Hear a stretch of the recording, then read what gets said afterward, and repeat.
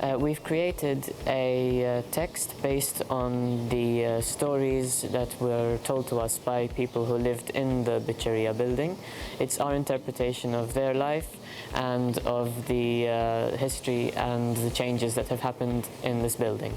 And we've also created a performance, a movement-based performance to accompany this text.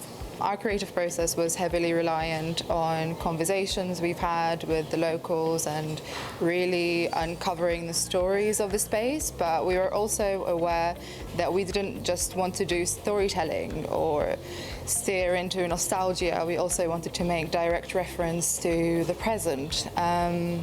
Based on these interviews and conversations we've had, we developed two separate bodies of text and then got together and fused them and merged them based on the research and the information we had. It wasn't an easy process. We've been through a lot of emotions, and that's how came the work. In the meantime, it was a challenge also because of the COVID. We weren't sure about how it's going to be happen. We've been doing a lot of rehearsals online, and it was one of the best experiences that we went through.